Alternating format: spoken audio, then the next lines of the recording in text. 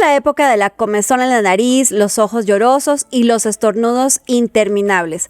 Pero lo que podría ser una gripe interminable también podría ser una alergia. Así que en este episodio de Health Café les vamos a contar por qué tu cuerpo reacciona al medio ambiente y qué podemos hacer para disminuir esos síntomas. Health Café con Juana Ramírez y el Dr. Fernando Castilleja. Health Café. Hola a todos y bienvenidos a un nuevo episodio de Health Café. Y Fer, esto que decía yo al comienzo, la comezón en la nariz, los ojos llorosos, el estornudo, que puede convertirse o que puede ser realmente una alergia. Empecemos por entender qué es y luego ya platicaremos de cómo se trata. Mira, este tema de las alergias estacionales o hipersensibilidad ambiental ocurren cuando el sistema inmunológico del cuerpo de cada persona identifica a los agentes ambientales o de la casa como algo más agresivo de lo que debería ser y monta una respuesta inmunológica muy severa. Okay. Libera una serie de sustancias, particularmente una de ellas que se llama histamina, y produce esta reacción masiva de ojo lloroso, ojo rojo, nariz comezonienta, estornudos y un montón de fluido. Este tipo de hipersensibilidad se llama hipersensibilidad tipo 1. Okay. O mediada por unas proteínas que se llaman inmunoglobulina E, a diferencia de otros tipos de hipersensibilidades, y esta es la más común que sucede en estas épocas. Ok, entonces hablando de alergias respiratorias, esa reacción excesiva es nuestro sistema inmunológico actuando como un guardia de seguridad medio paranoico que está sobre reaccionando a esos estímulos, ¿es correcto? Definitivamente, y tiene que ver mucho sobre todo con el medio ambiente, la exposición, pero también un componente medio hereditario. Ok. O sea, resulta que si, por ejemplo, de mi mamá y mi papá era alérgico, yo tengo 50% más de riesgo de desarrollar alergias, y si mi mamá y mi papá son alérgicos, 80%, ¿verdad? Pero al final del día, como tú dices, es esa predisposición, pero también mi sistema inmune que sobrereacciona y ante un mínimo polencito, un moho pequeño que a otra gente no le hace ni cosquillas, a mí mi sistema inmunológico lo reconoce como si fuera una emergencia, ¿verdad? Bueno, entonces ya saben que si tienen alergias puede ser que la culpa sea de sus papás, pero también, Fer, puede ser la contaminación. O sea, yo particularmente, por ejemplo, a nivel de alergias respiratorias, el aire acondicionado, o sea, estar mucho tiempo en un avión, mis gatos, en fin, también a mí me activan esas reacciones. ¿Tiene que ver el ambiente? ¿Tiene que ver que vivimos en ciudades con alta contaminación? Definitivamente. A ver, la contaminación tiene un rol como que doble, ¿no? Por un lado, las partículas, por ejemplo, en ciudades tan contaminadas como Ciudad de México, Monterrey, hablamos muchos de las PM1, que son las partículas microscópicas 2.5, PM2.5 se llaman, o algunos agentes como pólenes y demás, o sustancias como el dióxido de nitrógeno, afectan las vías respiratorias y las inflaman nomás por existir, ¿ok? Entonces, una vez que las vías respiratorias están inflamadas, llega un polen, ¡pum!, la respuesta se monta exageradísima. Y en algunos casos, inclusive estas sustancias ambientales pueden hacer un superpolen. Imagínate que le dan ciertas características al polen que lo hacen más agresivo.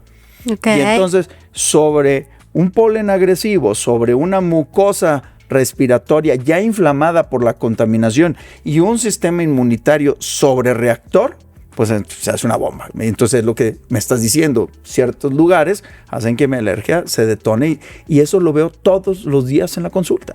Y estamos hablando de alergias y ya como que me está picando todo, pero eso debe ser psicológico. Ahora, lo que me dices es la contaminación funciona como el villano, ¿no?, que hace que factores ambientales a los que todos estamos expuestos, como el polvo, como el polen, se conviertan como en agentes con superpoderes que nos van a afectar de una forma más importante a quienes tenemos esas hipersensibilidades. Ahora bien, es importante saber qué genera la alergia, es decir, la causa. ¿Es importante llegar a esa causa? Mira, sería bien importante, a ver, sí es importante, porque si logras identificar un solo agente que es el que te produce la alergia, hay formas de quitarte esa sensibilidad. El grave problema es que la inmensa mayoría de la población somos hipersensibles a múltiples agentes. Sí. Y pues ahora sí que está canijo que te quites todo, ¿no? Ahora, lo que está más complicado, y ya hoy entraremos en eso, es que todo lo que tiene que ver con síntomas respiratorios, inmediatamente lo vamos a relacionar con una gripa y entonces ahí vamos todos corriendo a tomar medicamentos, antibióticos y entonces termina siendo algo que no se soluciona porque claramente es una alergia. Así que, ¿cómo diagnosticamos o cómo llegamos a la causa de las alergias, Fer? Es un tema interesante porque tanto las alergias se pueden confundir con infecciones respiratorias virales o bacterianas, como las infecciones pueden parecer alergias. Entonces, aquí es muy importante hacer una buena historia clínica. El médico puede determinar, según los factores y los antecedentes, si es más hacia el lado infeccioso o es más hacia el lado alérgico. Un tip para nuestras amigas y nuestros amigos que nos escuchan. Una alergia no da fiebre, punto. O sea, tendría que ser una alergia muy severa para dar síntomas sistémicos como fiebre. Ay, qué bueno que dices esto. A ver, si yo tengo todos estos síntomas respiratorios y congestión y tal, pero además tengo fiebre, no se trata de una alergia. Es altamente probable que eso sea un cuadro viral. Si la fiebre es de bajo grado es viral, si la fiebre es de alto grado probablemente sea viral secundariamente infectada o una infección bacteriana ya directa. Okay. Porque típicamente las alergias, a menos que fueran muy dramáticas, va a dar fiebre. Ahora, las infecciones dan fiebre. Claro. Entonces es poco probable que sea alérgico. Muchas infecciones se tratan con los tratamientos antivirales. Por ejemplo, si es influenza, pues le das oseltamivir. O si es bacteriana, le darás algún antibiótico.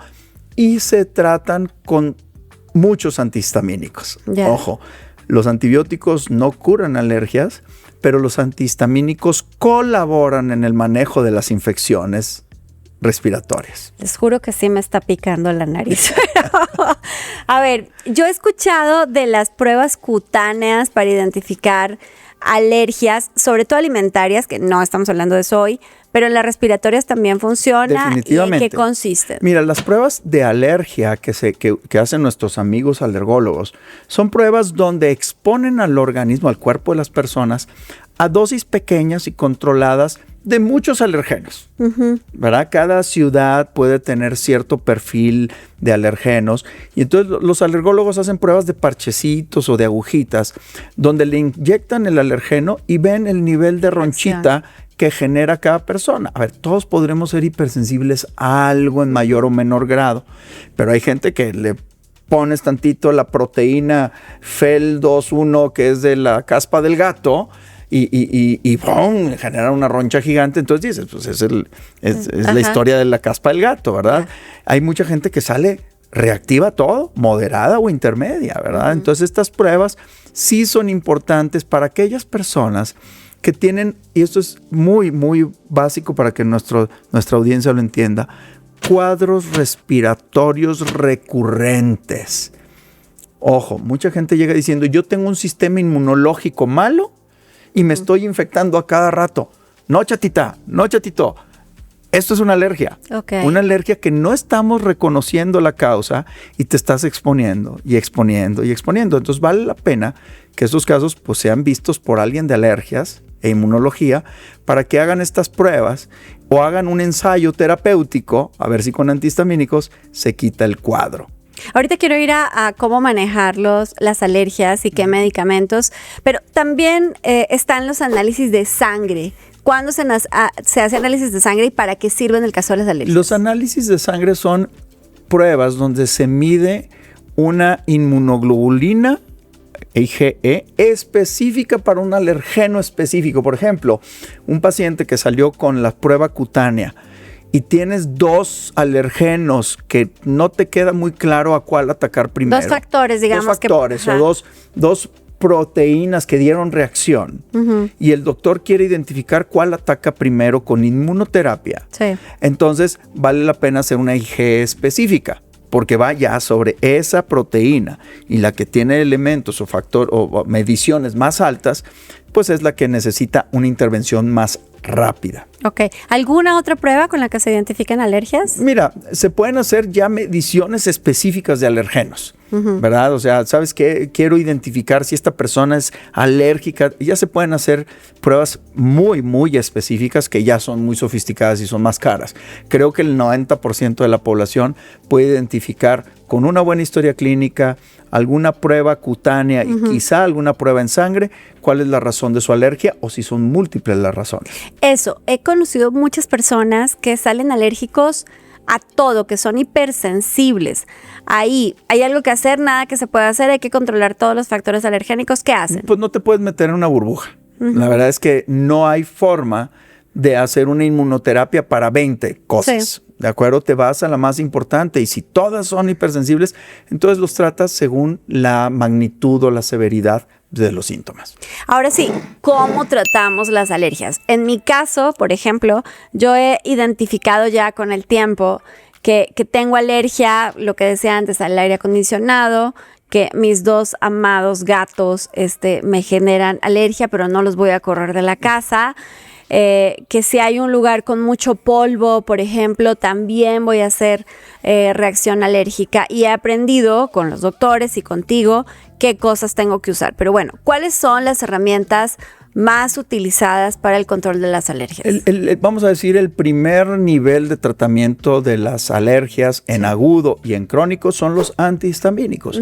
En efecto, son medicamentos que van y bloquean directamente la liberación de este agente del que hablamos, de la histamina. Para no tener esa reacción. Que se libera en respuesta al fenómeno inmunológico, a la respuesta inmune que reacciona, se libera esta histamina, ¿no? Entonces, son medicamentos que bloquean de alguna o de otra manera esa liberación y entonces bloquean el ojo rojo, la nariz sudona y la nariz comezonienta, ¿no? Entonces, es la primera línea de tratamiento. Pero Fer, se ha dicho mucho sobre el efecto somnoliento que tienen los antihistamínicos. Sobre todo los de vieja generación, los antihistamínicos que se siguen usando y que pueden ser muy buenos, pero que se formularon hace 40 años, sí tienen ese efecto sedante. De hecho, algunos de ellos, algunas personas que batallan para dormir, los toman por el efecto sedante, lo toman para dormir, ¿de acuerdo? Y existen fórmulas para eso.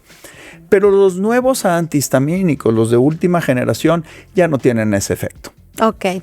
Ahora, cuando yo me voy a subir al avión, me pongo 2 sprays, dos atomizaciones. En la nariz y eso me va a ayudar mucho, sobre todo si no es un vuelo tan largo, a no tener este efecto alérgico al aire acondicionado. ¿De qué tipo de medicamentos se trata? Mira, los sprays que se utilizan en la nariz hay de diferentes tipos. Sí. Los más básicos son los que tienen sustancias vasoconstrictoras. ¿Qué es un vasoconstrictor? Una sustancia que hace que los vasos sanguíneos de la nariz se aprieten tantito, porque la histamina lo que produce es que los vasos sanguíneos se hacen grandes, se vasodilatan, decimos el nombre técnico, que no es otra cosa más que se abren y entonces la nariz por dentro se pone roja. Y esa apertura de los vasos sanguíneos es lo que genera vamos a decir, como una sudoración, como un líquido que fluye hacia afuera de los vasos sanguíneos, que es el running nose. Ese goteo nasal molestísimo y la sensación de nariz tapada y todo congestionado, quiere decir que los vasos sanguíneos están así grandotes. Entonces, ¿qué es lo que hace uno? Se pone ese spray y los vasos sanguíneos se aprietan. Y al apretarse, mejora la circulación del aire y disminuye el goteo nasal. Ahora, esos son medicamentos que se tienen que utilizar por corto plazo. Okay. Porque afectan ciertos receptores ahí en los vasos sanguíneos que eventualmente pueden producir un efecto de rebote. Y entonces tengo muchos pacientes que tristemente utilizan mucho de esto y entonces me dicen, doctor, ya no me funcionan, es más, me pongo y me congestiono más. Okay. Entonces hay que entrar en un proceso de retiro. Ahora, hay otros sprays, sobre todo de nueva generación, que pueden tener un poquito de corticoide, que es antiinflamatorio y tiene cierto efecto también vasoconstrictor, pero ya se están utilizando antialérgicos tópicos. Y entonces la combinación de ambos fármacos puede inducir una descongestión rápida y sostenida para el control de los síntomas alérgicos, particularmente cuando estamos reconociendo que esto es alérgico, ¿no? Entonces este efecto del avión puede durar un poco más de tiempo y se pueden utilizar con un poco mayor de libertad durante más días pero como tienen cortisona, no se pueden dejar por meses. Sí, eso no es como para que de aquí lo uso me quede siempre. usándolo todo el tiempo. Ok. No. Y también escucho hablar de las vacunas para atender alergias. ¿Funciona en las alergias respiratorias? ¿Cómo funciona? Claro, como en todas las alergias, la inmunoterapia, que es esto del tema conocido como las vacunas, que puede ser inyectada o puede ser sublingual, es la exposición gradual a la persona con su proteína que le causa alergia, para que el cuerpo, vamos a decirlo de alguna manera, se vaya acostumbrando nuevamente a la proteína y este guardia paranoico ya no se alborote tanto. Y va a llegar un momento en donde el guardia paranoide va a ver el moho pasar y no va a hacer nada. Y es como lo hemos dicho en otras ocasiones en Gel Café, creo que el primer paso es conocernos y saber por qué reaccionamos a qué. O sea, en mi caso, cuando pude entender que ciertos factores me activaban estas reacciones alérgicas respiratorias, pues ya sé que cargo en la bolsa una tabletita que es bilastina, que me funciona muy bien, ¿no? Si el vuelo es muy largo, incluso con alimentos, cuando algunas cosas sé que pudiera, que no estoy tan segura si, por ejemplo, soy alérgica a los lácteos, entonces sí puede ser que tenga una reacción, me va muy bien con una tabletita y uso los Sprites. Pero hay una idea respecto a que el uso prolongado de estos medicamentos puede tener secuelas o problemas a largo plazo. Ya dijiste un poquito en el caso de los corticoides, pero en general, ¿cuál sería tu recomendación? Mira, un tema importantísimo es que muchas personas toman inadvertida o advertidamente corticoides por largo plazo. ¿Por qué? Porque sabemos que los corticoides o los esteroides sistémicos sí que pueden controlar los síntomas alérgicos, pero en el largo tiempo, en el uso por largo tiempo, tienen muchos efectos colaterales. Entonces los corticoides los utilizamos los internistas o todos los médicos, los alergólogos, los inmunólogos, los utilizan por cortos periodos de tiempo para tratar o minimizar las crisis agudas. Los podemos poner en la vena, los podemos poner en crema, los podemos poner en la nariz por corto tiempo. Ahora, los antialérgicos de manera crónica se pueden utilizar con mucha seguridad, particularmente por periodos de meses en estas personas que se conocen ya como estacionales. Yo ya sé que siempre en febrero me va a dar alergia. Entonces la gente los empieza a utilizar en enero, desde una semana o 2 semanas antes de que empiece el periodo alérgico, como preventivo de la siguiente crisis. Pasa la época de su alergia y lo dejan de tomar. Y pasa el verano libre de cualquier tratamiento, pero empiezan a caer las hojas de los árboles y otra vez la alergia, lo vuelven a utilizar. Eso es bastante seguro. Fíjate que es simpático porque yo creo que hay mucha gente que vive estas reacciones, ¿no? Que empieza la primavera, que hoy ya con esto de que a veces tenemos todos los climas el mismo día, pues ya no sabemos, ¿no? O el frío, en fin. Pero que empieza la primavera, dicen, ya voy a empezar con estas molestias respiratorias. O gente que más bien interpreta que eso es gripe y que siente que tiene un sistema inmunológico súper débil, y pues todo lo contrario, en realidad tienen un sistema inmunológico hipersensible, y esto pues se puede atender y puede mejorar mucho su calidad de vida. ¿A dónde tienen que acudir? ¿Cuál es el especialista específico para revisar este asunto y poder hacer este plan de tratamiento con lo que aplique en cada caso? La inmensa mayoría de los pacientes pueden resolver, si se identifica el tema alérgico, con el médico internista, con el médico general, con su médico de primer contacto, cuando es bien obvio el cuadro. Ahora, cuando los síntomas son alérgicos recurrentes, molestos o complejos, hay algunos que se complican con rinosinusitis, con pólipos, con asma, con hiperreactividad bronquial. Esos casos recomendamos que los vea el otorrino, el alergólogo, el inmunólogo o el neumólogo inclusive. Entonces son un perfil de especialistas que pueden abordar todos este tipo de manifestaciones de manera pues más integral, ¿no?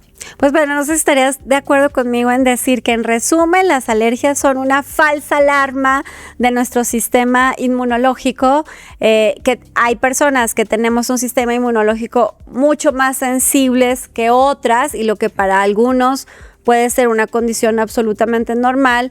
Para otros puede activar estas reacciones que ya hemos platicado antes. Así que si son recurrentes estos episodios otra vez de ojos llorosos, de picazón en la nariz, a mí hasta la boca a veces me pica, y este flujo nasal tan molesto, pues es hora de acudir con un especialista, cuestionar también sobre las alergias, porque yo sé que son tus colegas, Fer, pero de repente vas al doctor y entonces en ciertas épocas del año, ahorita que estamos saliendo de invierno, como que todo se parece a gripa y entonces rapidísimo. Todo es antibiótico, hay que tener mucho cuidado con eso. Exacto. Estamos sobretratando pacientes que probablemente tendrían un fenómeno alérgico a tratar.